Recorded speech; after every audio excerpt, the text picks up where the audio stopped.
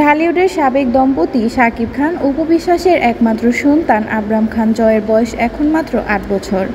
এই বয়সেই তাকে বিদেশে পড়তে পাঠানোর সিদ্ধান্ত নিয়েছেন শাকিব অপু। সম্প্রতি গণমাধ্যমে দেয়া এক সাক্ষাৎকারে বিষয়টি জানিয়েছেন অপু বিশ্বাস। অপু বিশ্বাসের কথায়, শাকিব ও আমি দুজনেই মিলে ছেলেকে বিদেশ পাঠানোর সিদ্ধান্ত নিয়েছি। চলতি বছরই পড়াশোনার জন্য জয় বিদেশ যাবে। সময় যত ঘনিয়ে আসছে বুকটা কেমন জানি ভারী হয়ে যাচ্ছে বলে বোঝানো যাবে না। তবে ছেলেকে কোন দেশে পাঠাচ্ছেন তা আপাতত গোপন রেখেছেন অপু। এত ছোট বয়সেই তাকে একা বিদেশ পাঠানো হবে এমন প্রশ্নের জবাবে অপু বলেন, না না, আমি ওকে একা রাখবো না। আমি, বাবা মা, আমার ফ্যামিলির সবাই মিলেমিশে থাকা হবে।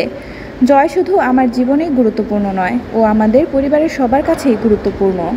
সাক্ষাৎকারে অপু আরও বলেন, যখন আমি আমার জয়কে নিয়ে প্রথম টিভিতে আসি তখন শুধুই একজন মায়ের জায়গা থেকেই এসেছিলাম। এটার জন্য অনেক কথা শুনতে হয়েছে। সেই সঙ্গে এখন সামাজিক যোগাযোগ মাধ্যম যতটা উপকারী আমার মনে হয় তার থেকে বেশি ক্ষতিকর। মানুষ অনেক কথাই বলবে, সেগুলোকে পাত্তা দিলে নিজের ক্ষতি। যাই হোক, সব কিছু মিলে বছরটি সাজিয়েছি।